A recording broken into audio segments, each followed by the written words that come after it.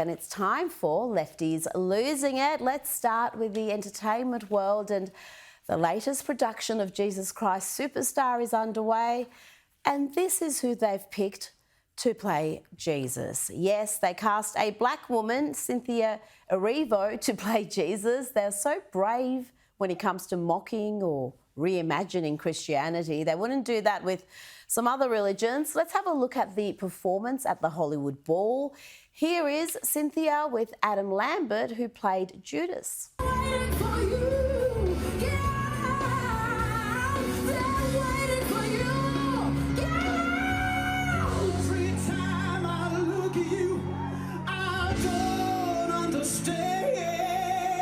Yeah, I don't understand it either. Talking about being confused, let's check in on Joe Biden.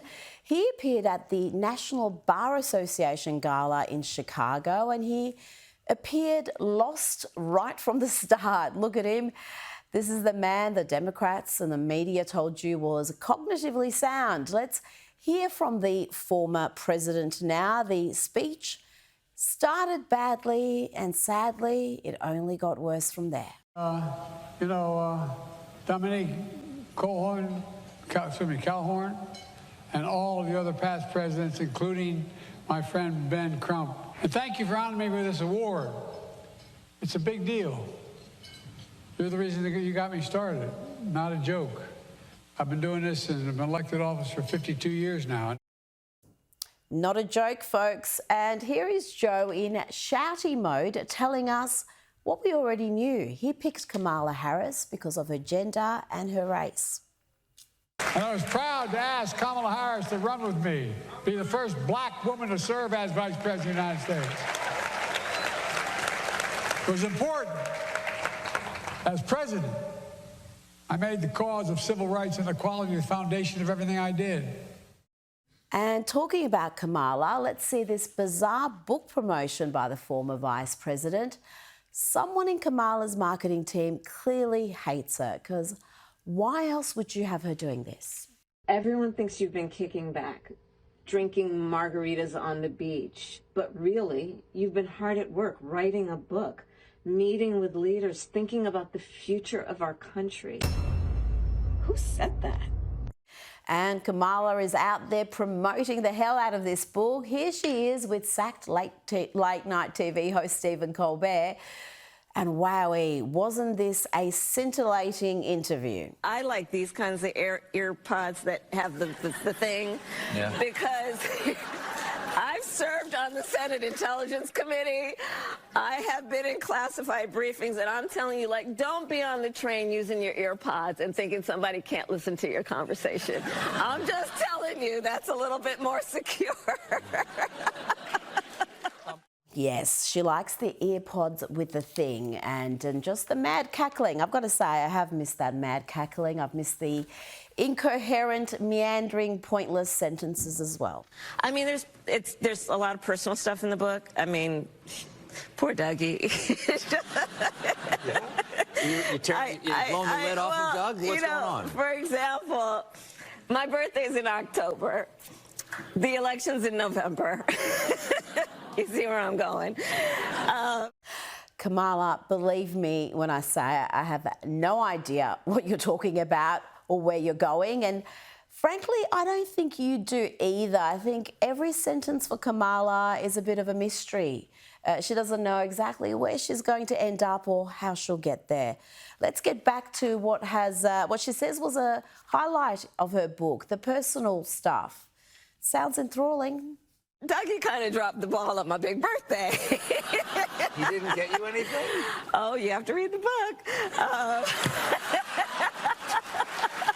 All right, just tell me the page.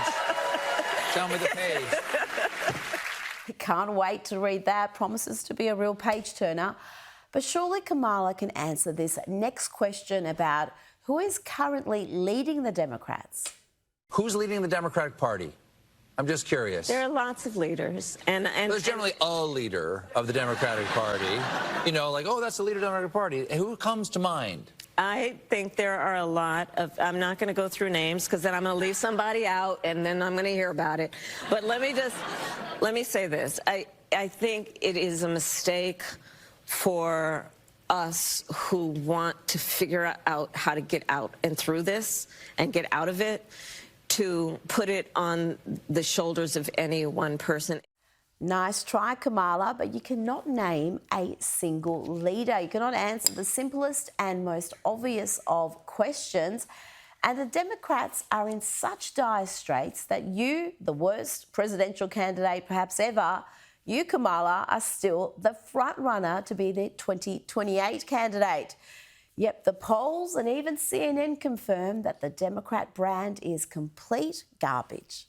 One of the reasons why there is no front runner, nobody wants to put anybody up at the top of their ballot list, is because at this particular point, the Democratic brand is in the basement. It is total and complete garbage in the mind of the American public. Let's bring in Newsweek's senior editor-at-large and Article 3 Project Senior Counsel Josh Hammer. Josh, we'll start with Kamala. Her new book is sounds interesting. The state of the Democrats is even more interesting. They are rudderless, no clear leadership, with the most radical voices currently setting the agenda. Look, I mean, who is going to read this book, first of all, Rita? I mean, literally, what is the actual audience for this? I'm sure, look, I mean, I published a book. I know a little bit about how the book publishing, process works. I'm sure there'll be some large left-wing NGOs, some, the Soros Foundation, groups like that will bulk purchase a bunch of copies. But, what, real American, what actual person out there in proverbial or literal flyover country in the middle of the country is actually going to run to the local bookstore or go to Amazon or some online vendor and actually purchase the book? I have no idea. I mean, this woman can literally not even finish a coherent sentence without sounding like she's just reading off a cue card. So I can't even imagine what it's going to be in whole chapters. I mean, to be clear, not that she wrote the whole thing herself there, but look, I mean, what does Kamala Harris want to do? I mean, she recently told Stephen Colbert that she has no intention of seeking the governorship of California and Sacramento. That's probably music to the ears, I would imagine, of most California Democrats who don't want to deal with anything close to that hot, stinking, flaming bag of garbage.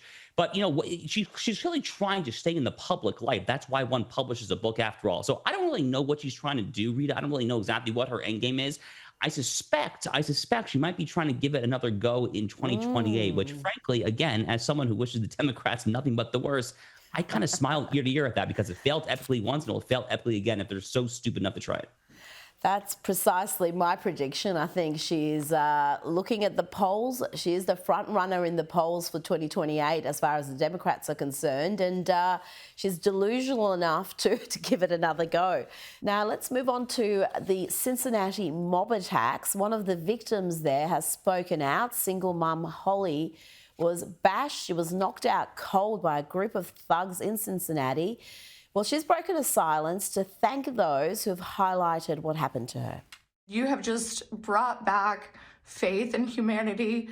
So God bless you all, and thank you. I appreciate everything that you're doing for me and my family. And the mayor of Cincinnati has still not bothered to talk to Holly or the other victims. Reach out to the victims. Have you talked to the victims? I have not. I mean, look, again, this was a fight. It was a horrific fight. But as council member and others have said, we have significant other public safety challenges. Fight, Josh? He called it a fight. I've seen the footage. It was a mob attack. It was no fight. Yeah, so this is a race mob. I mean, this is a racialist mob. This was a mob of predominantly, if not exclusively, black people, non-white people mobbing up to basically beat the crap out of white people. And, Rita, as I said on my show, the Josh Hammer Show, I mean, what did you think was going to happen? What did the people out there chanting that white people are an oppressor class, that the white race is responsible for more tyranny and genocide and colonialism and imperialism and all these various other ivory tower stupid left-wing isms? At what point did you think that someone was actually going to start throwing punches? God forbid, it actually could have been a lot worse. They could have taken out guns or something like that there. But this is a race mob. And does anyone think for a second, literally, does anyone think for 1 second that if the races were reversed, that a bunch of white people started beating the crap out of a bunch of black people, that this mayor in Cincinnati would say, oh, we have a lot of violence here in Cincinnati, Ohio? Bull crap. Utter complete bullcrap. You know, he had a moral obligation to reach out, probably from the first instance. But the second that this story started generating national, I guess to an extent, international headlines there, which happened pretty quickly due to the race-centric nature of it, the mayor has to be involved there. I mean, this is the reputation of his city really at stake. Cincinnati, Ohio is not a small city, actually. It's a decently large city. It's not a Chicago, New York City metropolis, but it's a decently large city there. But this is a veritable race mob, and no one should think for a single second, Rita, that if the races were reversed, that this schmuck would not be immediately involved within seconds.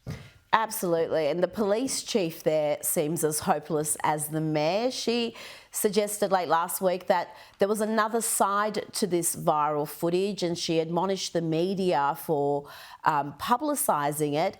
But you're right, if it wasn't for X, if it wasn't for social media, we may have never heard about this story in the mainstream media. It was really X that pushed this footage, and in the end, the vice president was asked about it. And when he weighed in, the mainstream media seemed to finally get interested in covering this story. Now, let's move along to revelations that the FBI never probed confidential talks between the Democrats, including the Clinton campaign, and high-ranking employees of liberal billionaire George Soros, leftist billionaire, and his Open Society Foundation. These Soros operatives, Josh, including Leonard Bernardo, held confidential conversations with the Democratic National Committee and Hillary Clinton's campaign team in 2016 to push the false Russian collusion narrative to smear Donald Trump. The then DNC chairwoman, Debbie Wasserman Schultz, she was in these meetings, and I do remember when these emails were first unearthed back in 2020, the Democrats had a very convenient, very familiar excuse. They said it was the Russians. The document reportedly came to the attention of U.S. intelligence officials from Dutch intelligence. It included discussion of an email exchange between former DNC chairwoman Debbie Wasserman Schultz and Leonard Bernardo, an official with Open Society Foundations run by George Soros. According to the Times, Wasserman Schultz allegedly told Bernardo that then Attorney General Loretta Lynch would not charge Clinton with a crime for having the private email server. Wasserman Schultz and Bernardo have both denied even being in contact with each other, suggesting the document was a fake attempt by the Russians to throw a wrench into the U.S. intelligence community. Josh, when are we going to see something approaching consequences for all this lying, all this plotting, and really undermining of democracy? All right, so first of all, in that cut that we just heard, I'm really happy that whoever was that voiceover in that cut talked about the Hillary Clinton email scandal, because many of us actually have not forgotten about that. Hillary Clinton had 33,000 emails for high security State Department official duties on a private server. She did the whole BleachBit thing, tried to erase it overnight there. And when James Comey, in late June or early July of 2016, right at the heart of that presidential campaign cycle, when James Comey, as the FBI director, got out there and said that he is not going to recommend charges or bring charges against Hillary Clinton because no reasonable prosecutor would do it, while simultaneously, around right the same time, within weeks of each other, the FBI had formally launched Operation Crossfire Hurricane, this investigation into alleged Russiagate, which we now know beyond the shadow of a doubt had its origins in the Clinton campaign, the Steele dossier, Fusion GPS, this whole terrible story there. So when James Comey did those two things within a few weeks of each other, that was the original sin, I would say, of America's current two-tier system of justice, the way that it's played out. I really do trace it all back to the summer of 2016. So I would love to see James Comey, obviously John Brennan, be held accountable. I would love to be able to tell the audience that these guys are going to get perp walks and mug shots, similar to Donald Trump down in Fonnie Willis, Fulton County, Georgia. I mean, that seems like a long time ago, frankly, doesn't it? Unfortunately, Reed, I'm a little too sober at this point there. I do think that there is a real chance of a possible perjury charge against Brennan, maybe even Hillary Clinton, too. Hillary Clinton has had a recent congressional testimony within the 5-year statute of limitations that seems to go pretty strongly against these recent Tulsi Gabbard, John Ratcliffe revelations pertaining to Russiagate there. So I think some perjury charges are definitely within the realm of possibility there. But I hate to be the bearer of bad news. I would not get our hopes up to see Barack Obama do a mugshot perp walk type thing.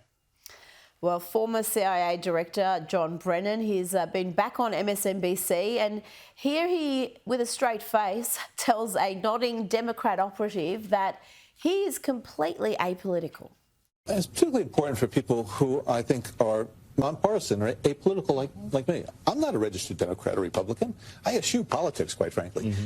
Well, there you go, Josh. He's not a registered Democrat or Republican. Nothing to see here. What's your response to that?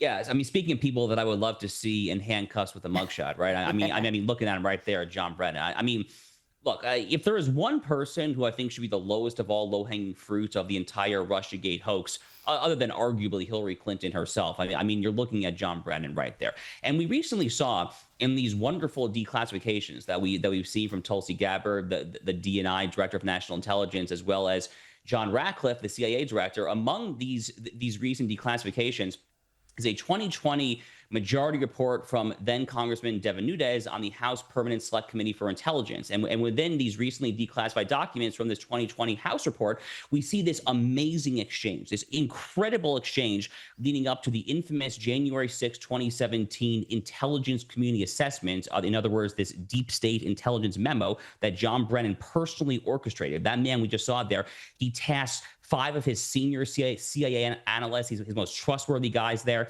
to rush this memo out the door before Donald Trump put his hand in the Bible, took the oath of office. And one person there, a senior veteran, maybe I think multiple veteran CIA officers, said to John Brennan, said, "Are you sure you want to do this there? This whole Steele dossier thing there, it doesn't look very reliable there." And John Brennan's response, Rita, was, "But doesn't it ring true?" And you know, those words right there, doesn't it ring true? If you had to sum up why the American people are in a bipartisan, across the political spectrum, fit a populist fervor, this deep anti-establishment burnout sentiment, I would say, doesn't it ring true from freaking John Brennan really encapsulates all of that.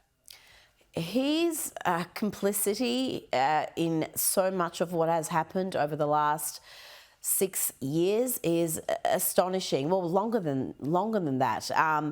And let's not forget his part in smearing the New York Post and presenting their bombshell story about Hunter Biden's laptop. He was amongst those who said this was Russian disinformation. He signed that letter, and the influence that would have had right before the 2020 election can't be understated.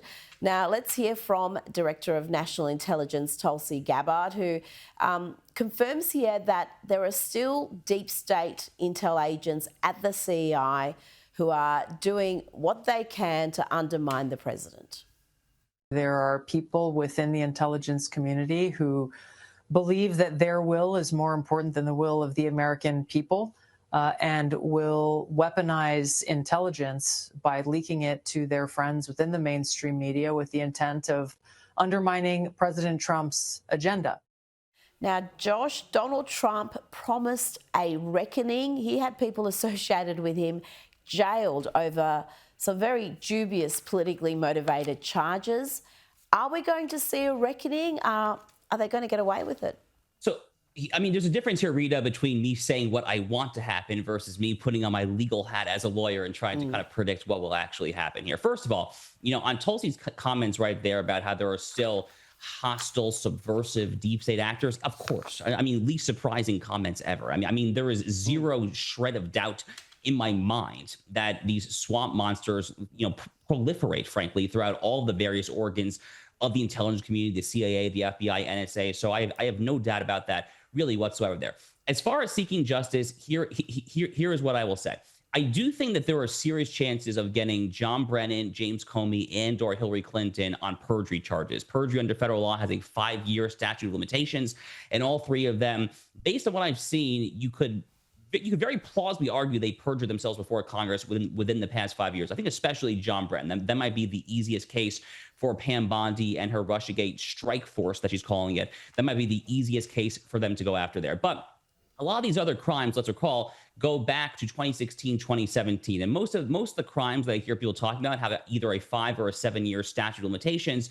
So that does raise, Rita, the interesting possibility that maybe you want to go kind of pull an Alvin Bragg in reverse and try to, shall I say, creatively begin the tolling of statute of limitations, a la how Alvin Bragg tried to do the very same thing to Donald Trump. Actually, how he successfully did the same thing to Donald Trump in that outrageous Stormy Daniels, Michael Cohen, New York State fraudulent bookkeeping, hush money, the most Stalinist prosecution, frankly, of my entire adult lifetime.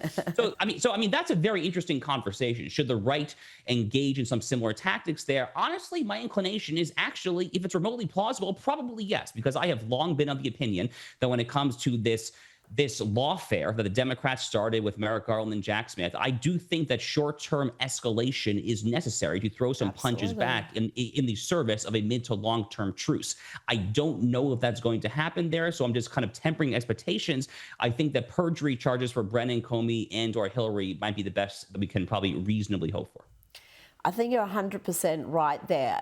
That lawfare that the Democrats started, if the Republicans don't hit back, it really doesn't provide any sort of an incentive for the Democrats not to do that again when they're in power. This is the only way you're going to be restoring some sanity and standards and not having these agencies completely politicised and weaponised to go after political opponents. Josh Hammer, thank you so much again for your time tonight.